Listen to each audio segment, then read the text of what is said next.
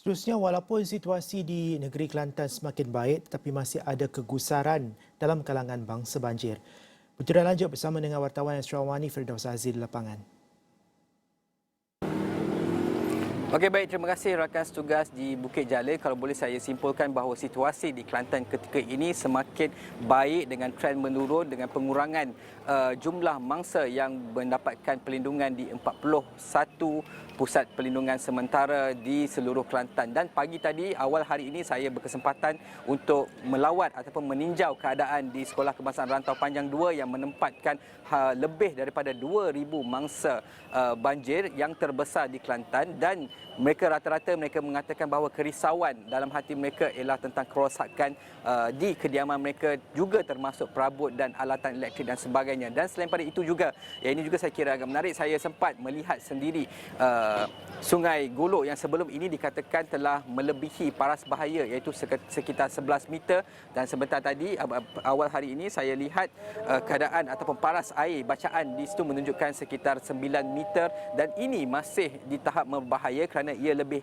tinggi berbanding dengan paras yang biasanya saya difahamkan ialah sekitar 6 meter sahaja. Jadi walaupun kalau kita berbicara tentang trend yang semakin baik, jumlah mangsa banjir yang semakin turun, tetapi mereka ini masih terdapat kerisauan di lubuk sanubari mereka yang mengatakan, yang difahamkan bahawa akan ada gelombang seterusnya kerana kita tahu monsun timur laut ini akan berakhir pada bulan Februari. Jadi mereka difahamkan bahawa mungkin 4 atau 5 Januari ini akan datang lagi satu gelombang yang mungkin akhirnya akan memaksa mereka untuk kembali di pusat-pusat pemindahan sementara. Dan juga dalam perbualan saya dengan mereka ini juga kita melihat bahawa walaupun ada kelegaan di sebalik penurunan trend penurunan jumlah mangsa, tetapi kerosakan itu masih menjadi kerisauan ataupun major concern untuk mereka. Dan juga Sungai Golok juga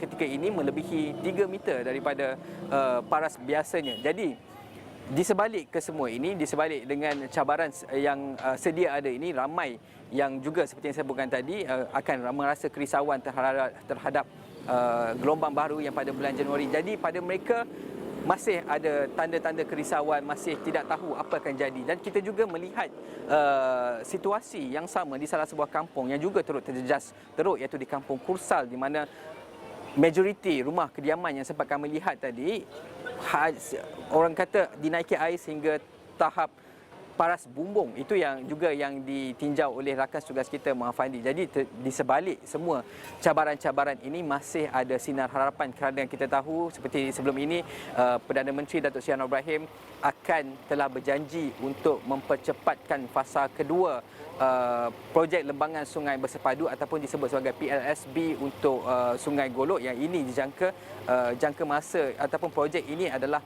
yang diperlukan untuk mengurangkan ataupun untuk to mitigate impak banjir di kawasan, terutama ni jajahan di Pasir Mas dan juga Rantau Panjang. Jadi untuk malam ini, untuk hari kedua saya berada di sini, saya akan terus esok-esok lusa saya akan terus berada di sini untuk memantau, untuk melihat ataupun untuk menyediakan kemas kini untuk penonton Astro Awani. Jadi bawah sini itu sahaja daripada saya dan jurugambar Rizal.